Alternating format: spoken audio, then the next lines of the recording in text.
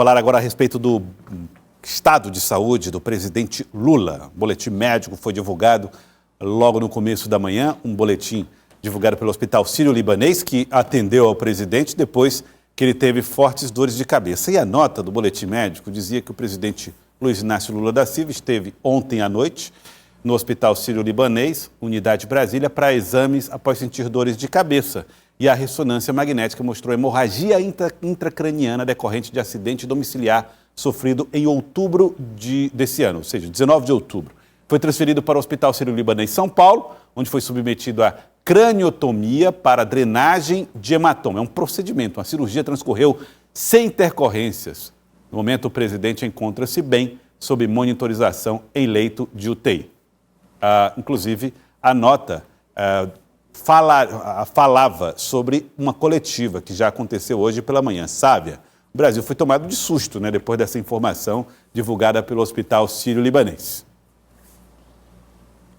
Joelson, o presidente Lula, ele segue internado na UTI, acompanhado da primeira-dama Janja da Silva, sem receber ministro, sem receber nenhum tipo de demanda de trabalho, focado na sua pronta recuperação, com a possibilidade de retornar para Brasília, se assim tiver alta dos médicos, no início da semana que vem. O vice-Geraldo Alckmin, que estava numa agenda no interior de São Paulo, veio às pressas para Brasília, já assumiu os compromissos oficiais do presidente Lula, inclusive uma agenda internacional, uma agenda diplomática, porque ele teria uma reunião com o primeiro-ministro da Eslováquia. Então, Geraldo Alckmin já pede essa agenda, tem a possibilidade de que a recuperação do presidente Lula ela demore para ser completa mesmo e efetiva pelo menos um mês. Então, existe a questão do Alckmin poder assumir mais tempo nesse período de recuperação do presidente Lula. O que os médicos garantiram nesse primeiro atendimento do presidente Lula aqui no Hospital Sírio-Libanês em Brasília, em seguida ele foi levado para a mesma unidade, só que em São Paulo, o médico dele, Roberto Calil Filho, que o acompanha,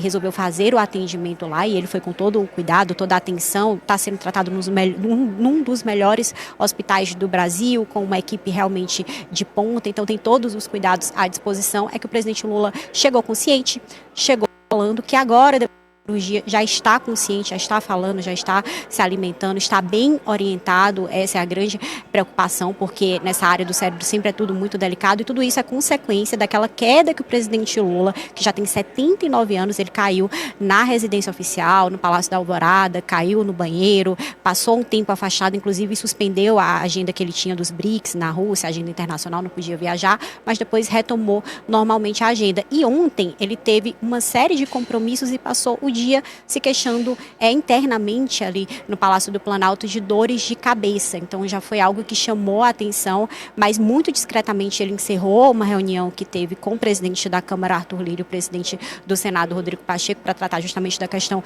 de emendas parlamentares, votação do pacote de corte de gastos, e aí sim foi chamado toda a equipe médica para poder dar esse primeiro atendimento, e a localização de que ele tinha sim uma hemorragia e que deveria fazer uma cirurgia seria realmente a medida mais recomendada de urgência para que o presidente fique bem. O procedimento foi explicado durante uma entrevista coletiva que aconteceu hoje lá no Hospital Sírio-Libanês, comandada aí pelo médico Roberto Calil Filho. Você está vendo aí nas imagens os médicos que acompanham o presidente Lula nesse pós-operatório. Aí a doutora Ana Helena, os médicos que fizeram esse trabalho, né? Aí o doutor Rogério Tuma. É um trabalho que, obviamente, né, os médicos na entrevista tentaram tranquilizar um pouco a população a respeito do tema, mas, obviamente, nós estamos falando de um procedimento intracraniano e que sempre desperta muita preocupação, né, e muitos cuidados. Aí o doutor Marcos Estavalho também dando as declarações. Vamos ver o que disse o médico Calil, doutor Calil, logo após, depois, né, da realização do procedimento cirúrgico. Vamos ver. A tomografia já constatou um novo sangramento, que é um sangramento na região do cérebro e um sangramento até mais importante. Foi submetido a uma ressonância magnética que comprovou o sangramento e discutido com a equipe médica, com o Dr. Rogério Tuma, Dr. Suzuki, Dr. Marcos Estaves, se optou pelo procedimento cirúrgico. Então, durante a noite, o presidente foi transferido para o Hospital Sírio-Libanês, aqui nessa unidade, foi submetido a uma cirurgia para drenagem do hematoma do sangramento do cérebro. O presidente evoluiu bem, já chegou da cirurgia praticamente acordado, foi estubado, encontra-se agora estável, conversando normalmente, se alimentando e deverá ficar em observação aí nos próximos dias. Ele não teve nenhum comprometimento do cérebro. O presidente não teve sequela alguma, nem alteração de movimento, absolutamente nada. Tanto é que ele está estável, conversando normalmente e se alimentando. Aí, Lívia, a declaração de Dr. Calil a respeito desse episódio. Exatamente, é importante, inclusive, haver essa preocupação um pouco maior, porque o Lula já é um presidente, né, um chefe de Estado mais idoso, ele já tem uma certa idade, então faz com que cada procedimento, cada dificuldade ali no estado de saúde alerte ali a todos que estão em sua volta. Então existe sim uma necessidade de ter essa atenção, ele está no melhor hospital do país, inclusive um dos melhores do mundo, então acredito que tudo vá transcorrer da melhor forma possível. E pelo que a gente pôde receber do boletim médico após a cirurgia, após o procedimento, correu tudo bem. Agora é esperar e entender como é que vai ser os próximos passos dessa agenda institucional que ele adiou, ele inclusive tinha essa viagem internacional e também algumas questões em relação à própria eleição do Senado e também da Câmara Federal. Então são muitos pontos que aguardam esse posicionamento do presidente Lula, então existe aí uma necessidade de pausar essas discussões, pelo menos por agora.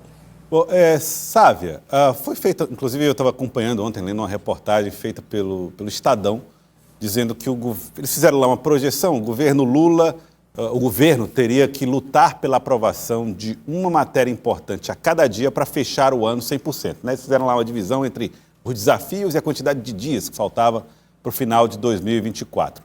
E aí chegou-se a esse número, um problema por dia importante que o governo precisava resolver. Com esse ritmo de necessidade de soluções e agora com o estado de saúde do presidente Lula nessa situação, como é que ficam essas agendas? Agora, considerando que o presidente está fora de perigo, não corre nenhum risco de morte, como é que os seus assessores têm que cuidar dessa agenda do presidente ou, depois da notícia de ontem, todos os assuntos se tornaram menores?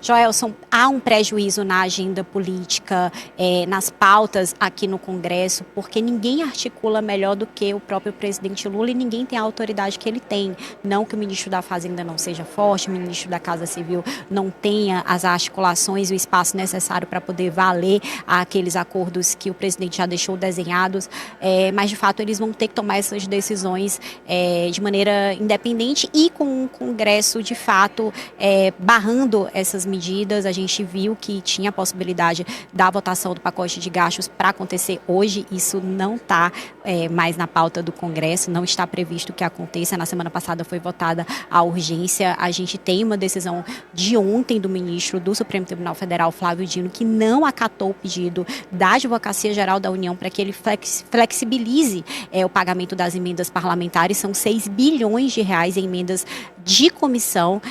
O governo deve editar 2 portarias para poder facilitar o pagamento dessas emendas e aí sim os deputados e senadores poderem votar. É um quiprocó, né? De fato, só vai ter a votação se tiver o pagamento das emendas. E não tem esse pagamento das emendas porque o ministro Flávio Dino tomou uma decisão referendada pelo plenário do Supremo Tribunal Federal para trazer mais transparência. Só que trazer mais transparência significa mais burocracia. E a gente praticamente só tem mais uma semana de trabalho legislativo aqui em Brasília. São muitas pautas. Tem a segunda etapa da reforma tributária, tem o pacote de corte de gastos. Já tem muita gente, inclusive, defendendo que esse pacote fique para o ano que vem, que se aprove só 2 leis, que a PEC fique para o próximo ano, que a parte do salário mínimo, que é uma discussão realmente mais complexa, não aconteça esse ano. Ou seja, a tendência, Joelson, é de fato fatiar esses projetos importantes para o presidente Lula, porque aqui não tem clima, não tem base e algumas sinalizações que precisam ser dadas, por exemplo, de espaços em ministérios para o progressistas, para o PSD, especificamente esses 2 partidos,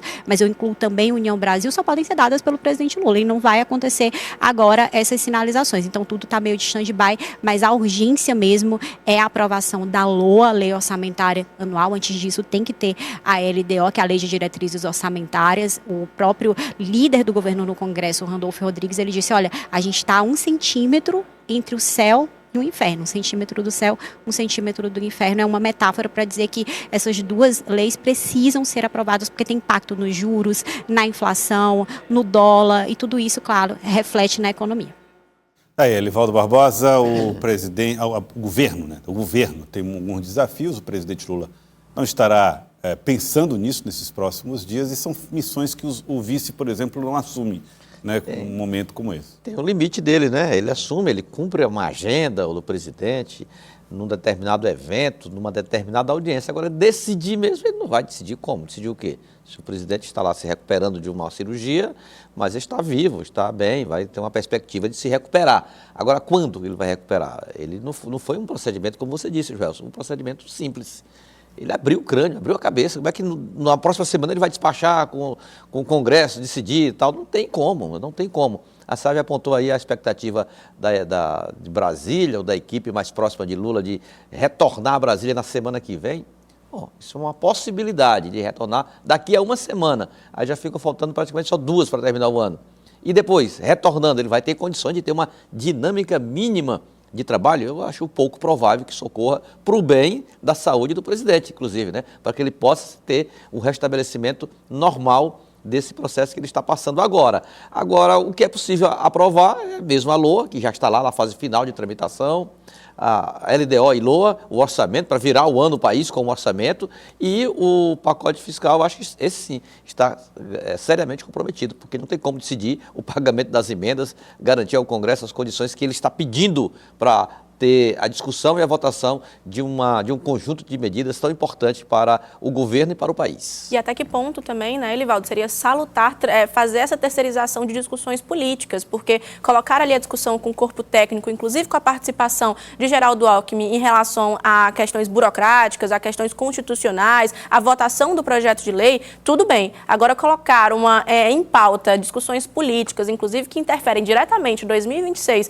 na mão do seu vice, que por mais que seja sua dupla ali, seu parceiro político no governo federal, ainda assim, de certa forma, poderia ser até um adversário político. Então, colocar isso na mão desse interlocutor, acredito muito perigoso para a estabilidade do governo Lula do próximo ano.